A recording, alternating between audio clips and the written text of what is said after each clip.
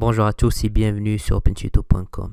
Dans le cadre d'une nouvelle série de vidéos que je vais publier sur notre chaîne YouTube OpenTuto, on va traiter toutes les caractéristiques de la programmation orientée objet.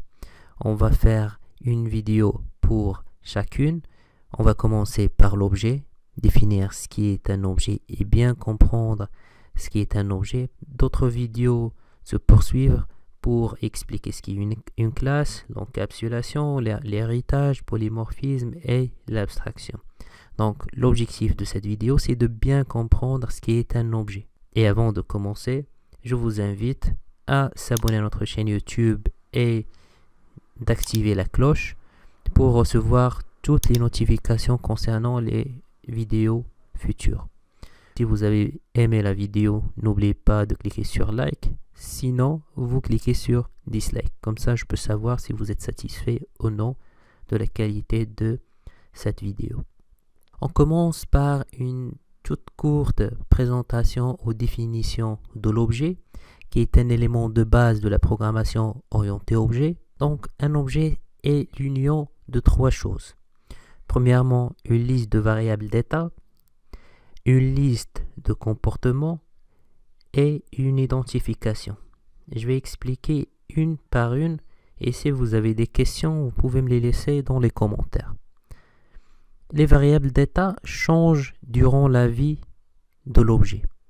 Prenons par exemple un lecteur de musique numérique et à l'achat de cet appareil, les états de cet objet pourraient être une mémoire libre à 100%, le taux de charge de la mémoire, un taux faible, et un aspect extérieur neuf.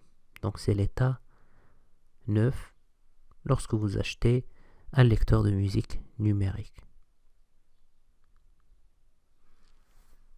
La mémoire elle est libre à 100%, le taux de la charge il est faible et l'aspect c'est un aspect extérieur neuf. Mais au fur et à mesure de son utilisation, ces états vont être modifiés. La mémoire libre va chuter, le taux de la charge de la batterie aussi variera et l'aspect extérieur va changer en fonction du soin apporté par l'utilisateur. Deuxièmement, on a dit une liste de comportements. Les comportements de l'objet définissent ce que peut faire cet objet. Dans le cas de notre lecteur de musique numérique, on peut jouer de la musique, on peut monter le son, on peut aller à la piste suivante ou précédente, etc., etc. Une partie des comportements de l'objet est accessible depuis l'extérieur de cet objet, par exemple le bouton play, bouton stop, bouton next, bouton previous, et une partie est uniquement interne, par exemple la lecture de la carte mémoire, ou bien le décodage de la musique à partir du fichier.